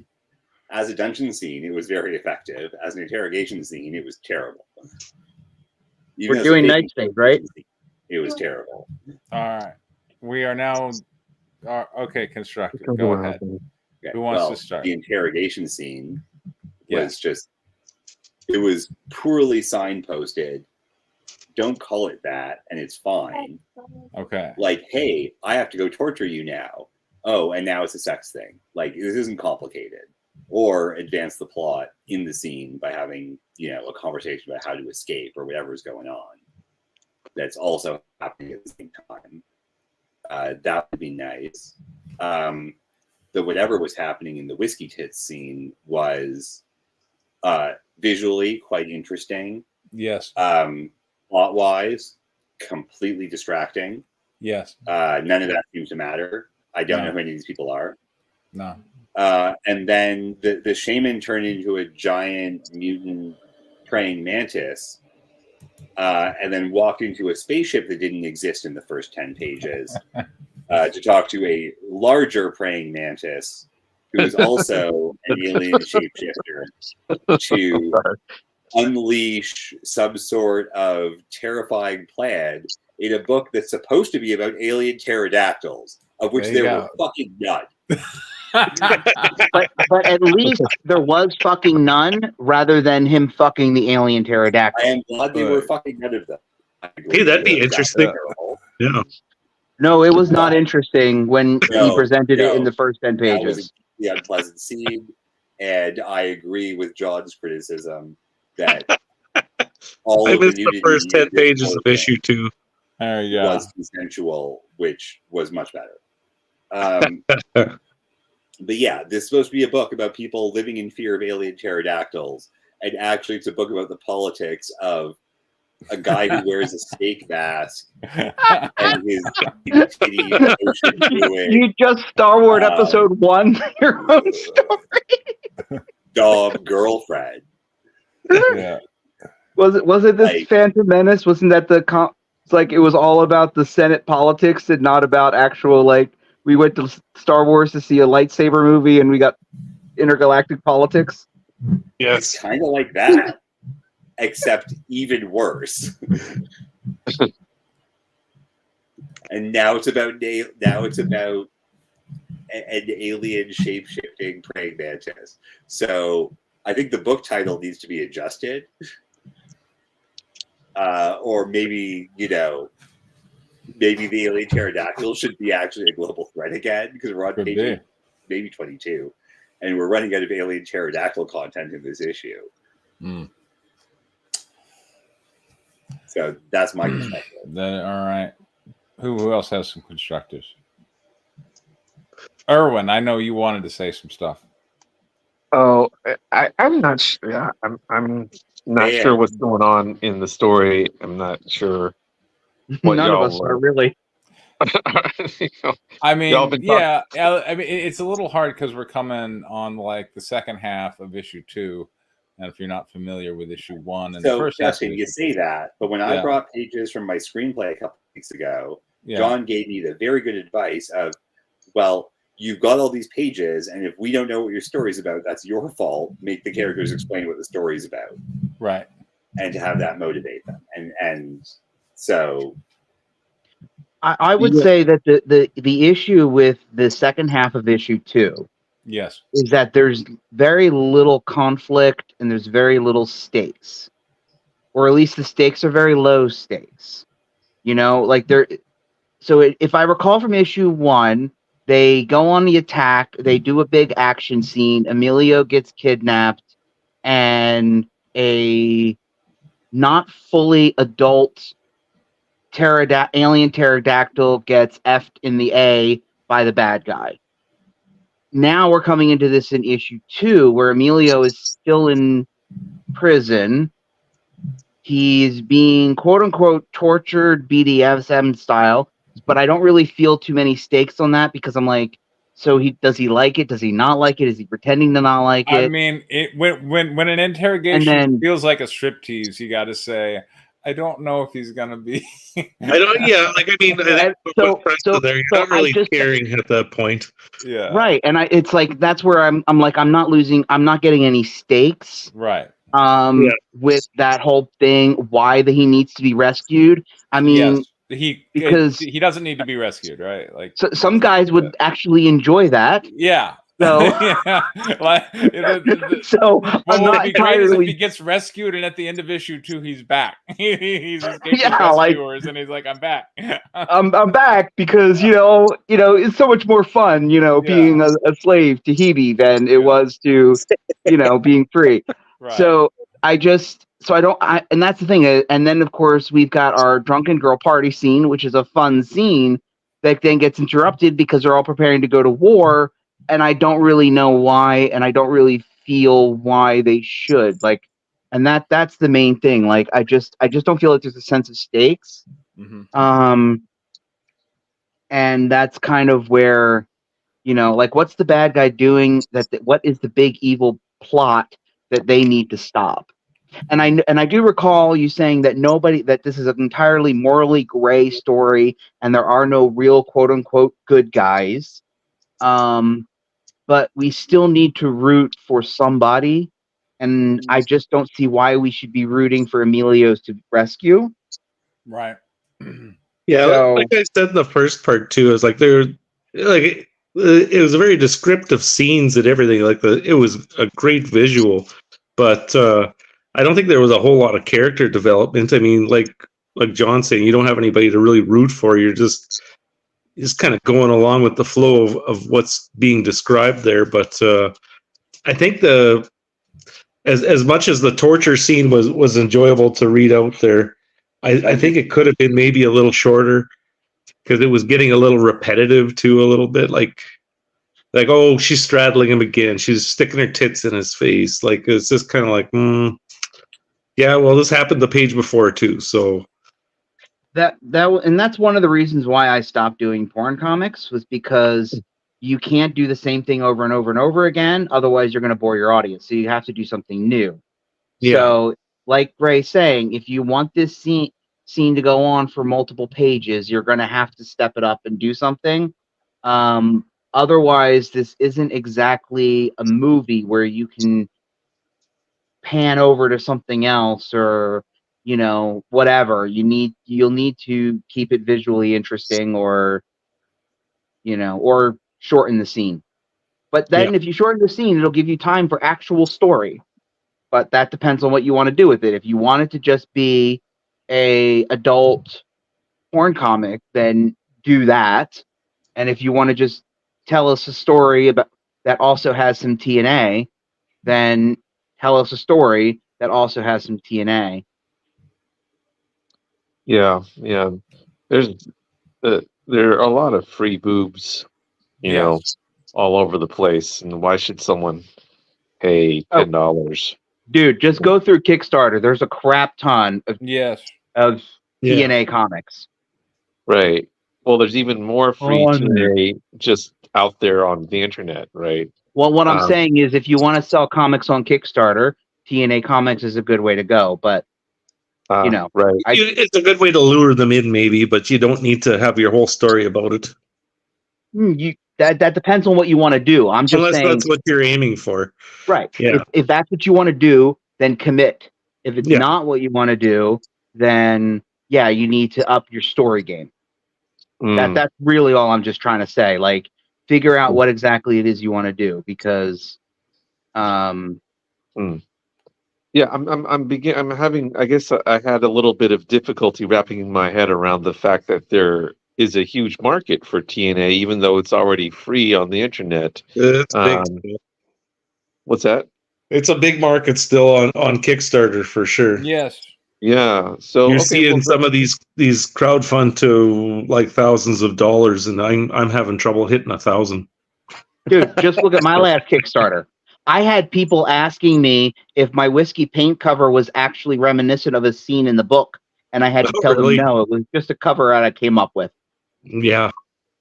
That's crazy. So they wanted that particular they want that scene to play out. Yes. Yeah. And I'm like, nope, I came up with that based on a conversation I had with a customer in a convention. And I came up with that idea. Yeah. Okay. Yeah. So, well, there's a big market for it. Yes. Yep. It's out there. Well, even So- if it is just to sell some BDSM TNA, I think it could be much more interesting. I mean, Right, that particular Mhm. scene. Yeah, that's why I was saying either commit to the bit or, do something else. Yep. I have to come back and say, what is the conflict which is driving our story? Issue 1, we were shown it was like the humans versus the aliens, and Emilio, I think, got captured at the end of issue 1, and I guess Emilio is our protagonist, I suppose. I'm not sure. I don't know. I'm guessing he's our protagonist because it seems like he's the one human who's in the land of the bad people, and seems to want to get free. But as you put it, like, he doesn't seem to be in tremendous amounts of danger. And I'm not sure At the what beginning of this issue, he was just doing like a dinosaur race, right? Yeah. Oh, that's right. I forgot about the dinosaur race. He's just hanging out in the snake people land. That's what's happening. Yeah. So, like, this is what you do when you have the budget to pad out a movie, but a comic costs the same for every page you draw. That's the same thing I said about Larry's comic when he blew up a planet. I mean, I feel like the Larry planet blowing up bit, like, I know what he's going for, which is definitely an anime manga thing. And, like, that was more okay for me. But, like, this is, like, there's no story. Well, yeah, I'm not sure what the conflict is, and the stakes do seem rather low. Our maybe protagonist is not in any particular real danger, and he's just kind of hanging out in Lizard Land. And I don't know that that's going to drive me to find out what happens next.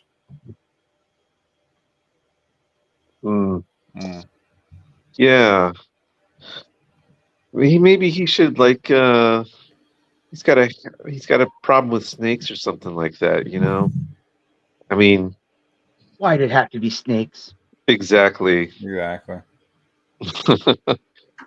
And that's a really low bar for characterization, for the record. Right, exactly. But yeah, does he have any? What's his relationship with this Hebby woman? He's known her for about 20 minutes. Yeah, they met after he got captured, and she was like, "Now you can help me escape while you're in prison." Yeah, because apparently she doesn't want to be there, even though she has free rage and can just like make drugs to make everyone pass out. Why did you just put that in the goddamn whiskey? I mean, she's potentially fucking the big bad because she walks into his room when he's asleep. He's not the big bad. Yeah, he doesn't even have a face, and he's not like he's just. He's the big bad as far as we know, right? I mean, besides the alien pterodactyls. Right. Well, the pterodactyls are clearly not a threat anymore, even though the book's named after them. But they were a big deal at issue 1. And issue 1 was about like 7 completely different people, none of whom were named Emilio. That is true. Actually, I think Lizzie is the main character because she seems to be at least the one that's most driving the plot. Right, but she's the one hanging out with the guy who turned into a giant bug monster. Yes. Right, and then she's the one that's saying we have to go rescue Emilio. So, I mean, that's like the best we're getting for our main character driving the plot. I mean, there's only one drummer in her post-apocalyptic colony. Right. I mean, what are we going to do without our drummer? Yeah. Right? Like, that was a really interesting character. Like, that whole, like, punk rock, like, thing was neat. I miss issue 1. There we go. All right. And also, yeah, avoid the passive voice in your action. It's just, these things can be seen, it uses up a lot of words. Instead of saying somebody is running, just somebody runs, And that actually does make a difference for art direction. Because if you talk about how people are acting, then your illustrator is more likely to not have to think about what can be seen and actually think about, oh, is this guy running in the background still? And you're going to have better backgrounds. You're going to have better acting from the models. And just it's going to produce better art instead of people just standing around. They all have something to do. Yeah. Hey, I just wanted to thank y'all for discussing the whole Kickstarter culture and stuff. It seems to be like one of the central. Well, am I still here? Yeah, you're still here. Yeah. It seems to be one of the central ways of publishing, Yes. comic books these It days. is, So yeah. Absolutely. It's 100%. It's a it's major the new platform. wave of publishing, I believe. I think Yeah. it's no holds bars. You no longer have to be at the mercy of a big publisher. You can put whatever you want out there, and it's up to the fans or the community to support it. And I wanted to give y'all a shameless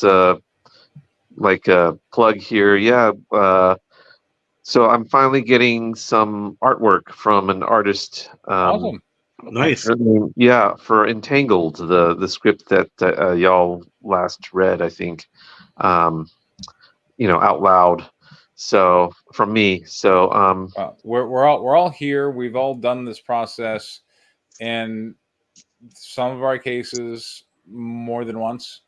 So we can guide you through the process, tell you all the pitfalls. Yeah, that'd be awesome. Yeah. I think I'll probably help with like technical stuff. Is the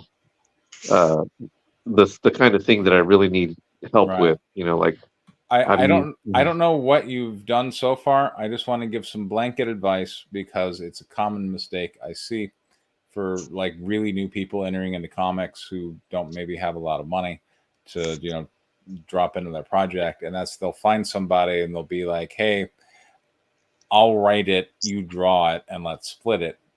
And now you've formed a partnership, and you don't want to form a partnership with somebody you don't know. I think you could. What you could do is see if an artist will take it on and maybe get them to do out a few pages for a preview. Yeah. If you don't have the money up front, kind of thing, say, I will pay you for the preview pages, and if it's a success, I'll get you to do the rest. Yeah. Yeah, that's a much better idea. Yes. Yeah, but you want to be able to have them in terms of I'll pay you to do work, and if they stop doing work, then you can just find somebody else, as opposed to, well, I promised half of my project to this guy. Yeah. So half of nothing is still nothing. You're not going to find a lot of good artists happy to do that unless you've already met them. Right. Yeah. And then, of course, you should not have anyone do this kind of work for exposure or whatever, because people die of exposure. Yeah. Yeah, you want to find somebody that's willing to take it on and go through the risk with you, I guess, basically. Yeah. But you don't want to give them partnership. I don't think that's a good idea. Yeah. The only thing I would say is I do recommend paying them something, because if somebody does work for you, quote unquote, for free, especially if you don't have a written agreement prior, then technically, if you let's say it blows up and it becomes successful, they could technically sue you for ownership because you didn't have something set up in advance. Copyright for consideration. Yeah. This is explicitly work to hire. Honestly, that's what you are paying for. When you pay an artist, you are paying for the rights. You are securing the rights to that. You're paying for that's what you're paying for, more so than the art itself. Because even if you're paying them $50 a page, you're still paying them something. And at least for my purpose, when I send a payment to my artist on PayPal, I always put in the payment comments, all work done for hire. Great. And that's in every single PayPal receipt I have to every single one of my artists has a paragraph blurb on it. So that way, at any point in time, I can always go back to that artist if need be. I can show a stack of receipts that says, yep, this is what they agreed to. They accepted the money when I paid them with this condition. So that's why I recommend always have some kind of monetary transaction. Paying for the art, the illustrator owns the art. It's their intellectual property. John is paying for the copyright. Yeah. I have a written agreement with the artist that it's work for hire. Okay, great. Yeah, good. Then you've already avoided one of the major pitfalls I see people walk into all the time. Yeah. Excellent. Yeah. No, I'm pretty familiar with all this stuff. I've signed some contracts in the past for publication contracts and such. Right. It really is the technical stuff and the marketing stuff. Like, how the heck do people? Marketing is not easy. That's for sure. Yeah. And marketing in a world that I'm not familiar with. I'm familiar with marketing in like what used to be the mass media and that sort of thing. But my best advice to you with the marketing aspect of it is to get involved like you're doing now. Yeah. But in a broader aspect, like we're one group of people. There's many groups of people, and the more you can get involved with them, the more support you can get from them, and more tips. And then they share your stuff, and then it might explode into something bigger. Yeah. But the indie community is big. There's lots of people in it, so I think that's the best advice I can give you with that. It's all about the shares and content that you get on social media, right? Yeah. So start marketing some other people's stuff. Yeah, you share, like, I mean, you support other people. It helps too.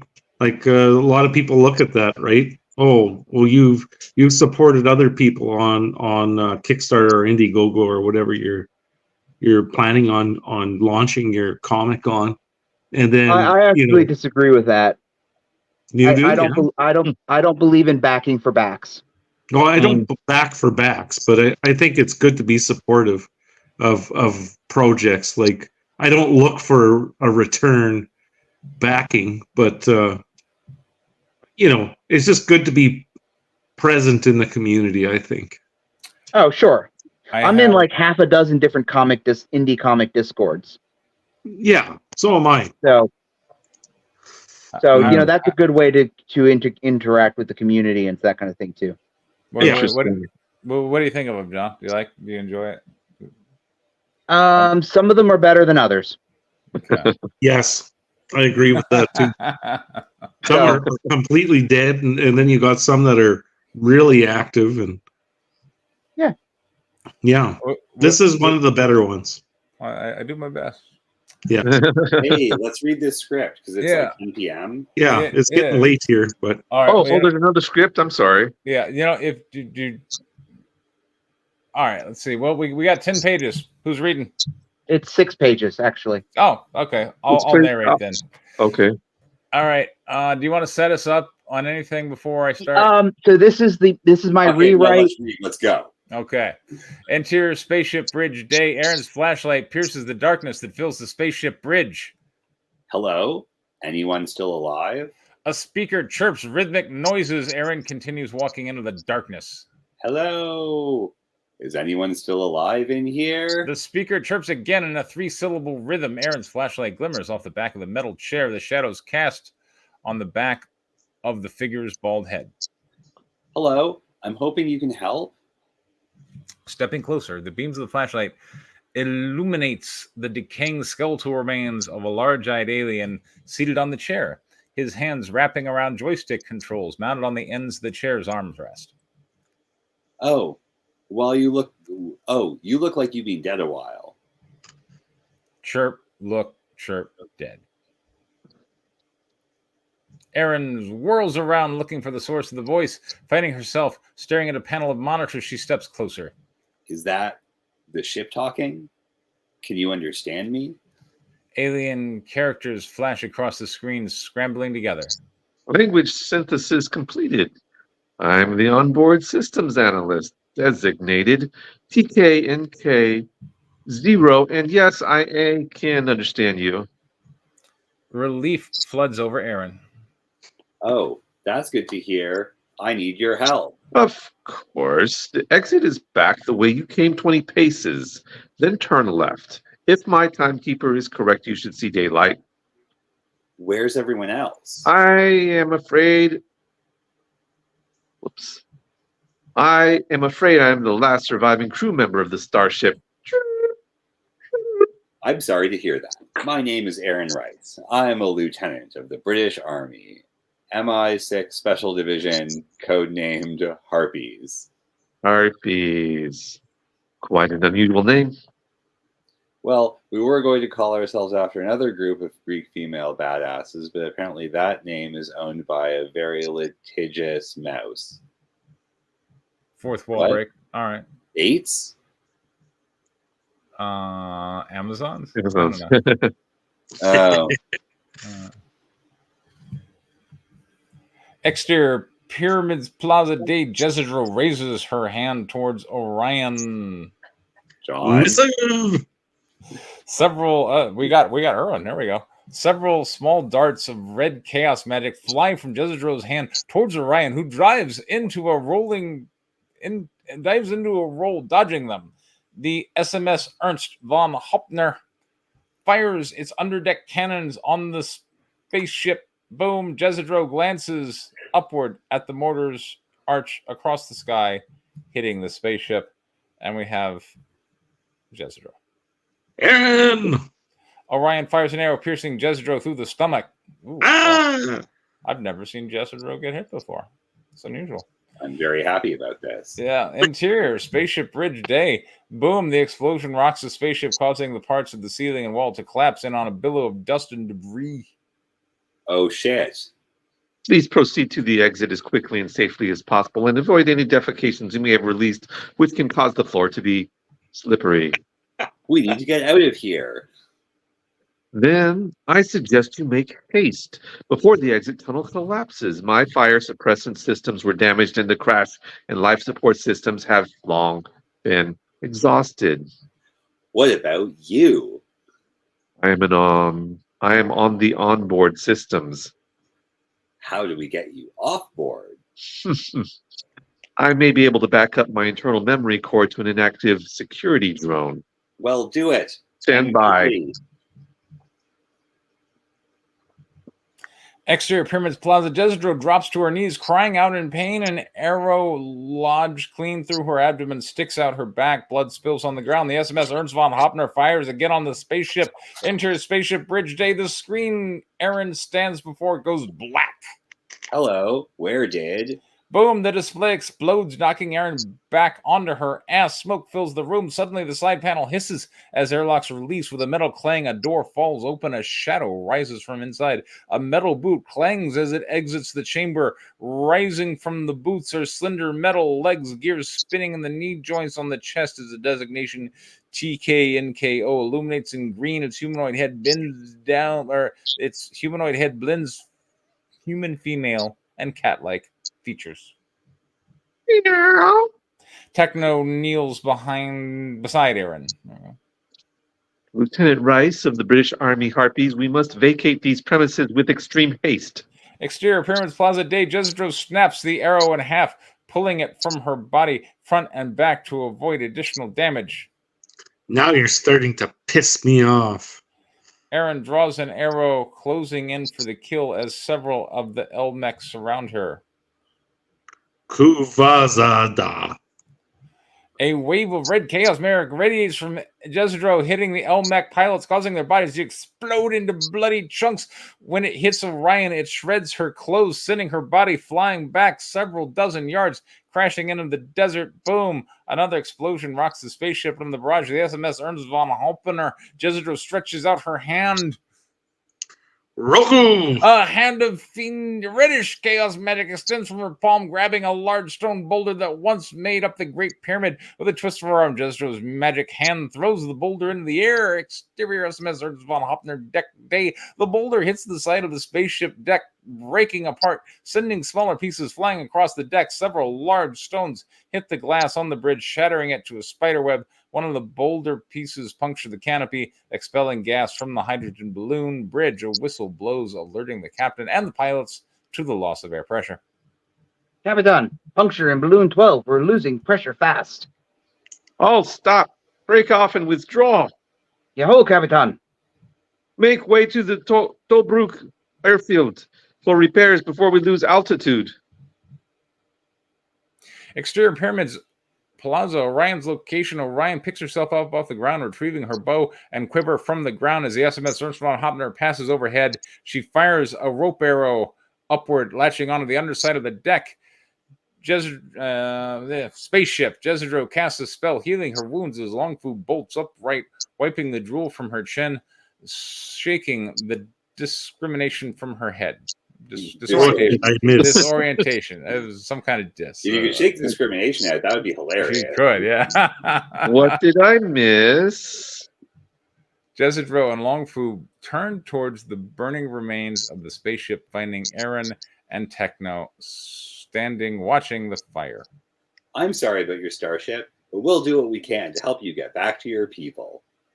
Thank you, Lieutenant Rice of the British Army Harpies. Call me Aaron. Jezidro Aaron, and Longfu. please tell you packed the marshmallows. You forgot the me in there. I did. Yeah. I mean, All right. Longfu could be talking about Jezidro or like the Could be. Nazis. All right, 6 pages. We introduced the Techno Cat character again. It was great. You know, I mean, we had explosions, we had Germans, we had chaos magic. Jezidro got hit with an arrow. I've never seen that one before, so that was kind of cool. And Somebody tells me I need to put my characters in more danger. So I'm sure. I'm super glad you did that. It makes the story better. Yeah, it gives her a weakness. Yeah. Yeah. I know. An arrow to the abs. Who would have thought? Yes. Danny, go ahead. I love that suddenly you have this very strange conversation happening while a character is in danger. So there's stakes. We actually care about what happens to a character. The Nazis are suddenly a threat. And then there's a whole bunch of explosions and a robot cat girl. Robot cat girl. Cat girl robot? There we go. Is it Robot cat girl. Or is it cat girl robot? Robot Cat Girl was fine. Whatever is easiest to say. I mean, I might just switch back and forth. Anyways, yeah. So you've introduced a new character where they're saving the day for someone. So it's a quite impactful moment. Erwin. Yeah, a lot of fun action and an interesting robot cat character that I really liked. I'm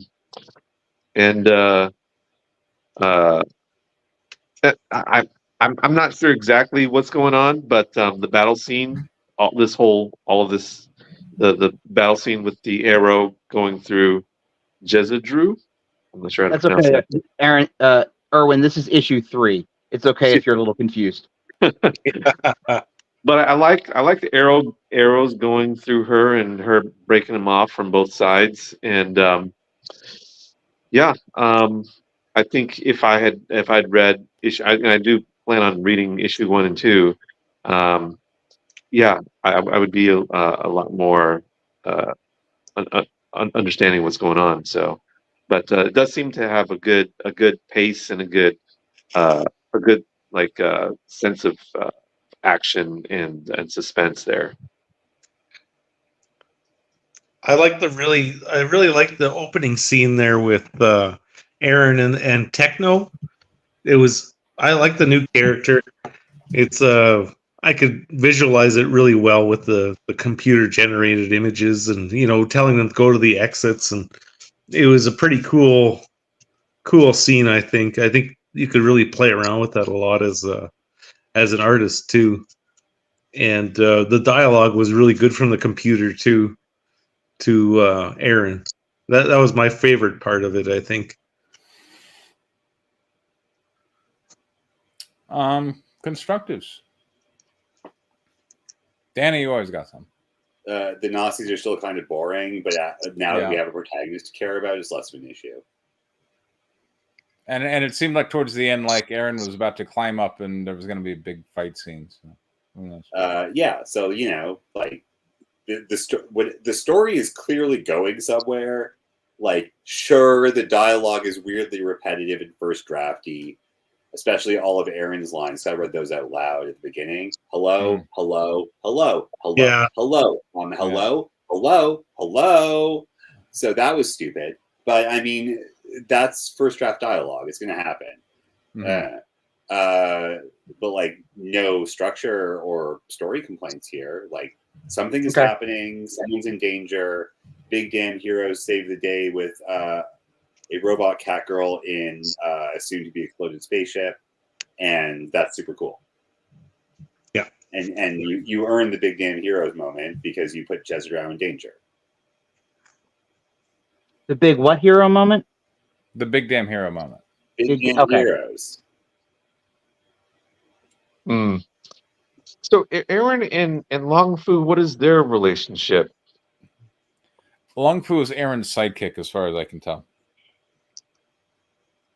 Is that right, John? Or? Yeah, she's the sidekick, comic relief. She's essentially a bit god. like Kato with Blue Beetle, you know. Blue Beetle had a Kato too. Oh, no. Who's Kato, the sidekick of? Green Hornet. Green Hornet. Green Hornet. Green Hornet and but Green Hornet and Kato. Yeah, sorry. Yeah, yes, that's a good. Yes, she's like the Kato to the Green Hornet. Yes, she's the one that does all the work. There you go. She's super strong and nearly invulnerable. So yes, and does martial arts. Yeah. Yeah, I mean, my hunch is that you might be able to spice it up a little bit to have, if you have her come in earlier. Is she in the? I mean, I remember she was in the last page, but was she in there earlier or? Who, Long Fu? Yeah, Long Fu. Yeah. She gets knocked out at the end of issue 2. Ah, okay. Yeah. I personally like the little interaction with Aaron and the computer anyway. Like that. I like the kind of eerie feeling of like, what, there's a computer in here.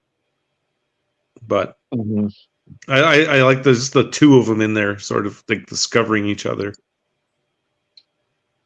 Yeah, no, I like that as well. Yeah. I guess I'm asking too much to be put in these 6 pages. So yeah. But yeah, I think it was fun. So I don't really have much else to say. Yeah. I think that there's times where techno kind of rambles on a little bit much for a computer. I think if you kept it shorter and to the point, it would be more like a computer generated sort of answer. Because there was times where it kind of was like, like where it should have just been like to the point and be like, this is the answer. I'm a computer. Yeah, I think it could work like that, especially if Aaron has some eye rolls and stuff, in all of that. Because maybe, because the computer does seem weird, and so I would like to see more of her, like, sort of outward responses to the weirdness of having a computer like that.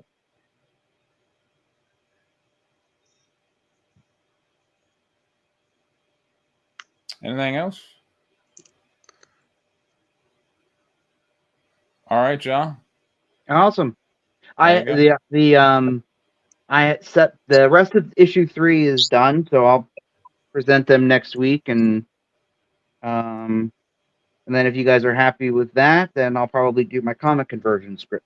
Comic script conversion. I have an indie interview next week or next Tuesday, so I probably won't be able to make it. But all right, knock them dead. Yeah, I'm trying. I'm doing my best, guys. Yeah. All right. Cool.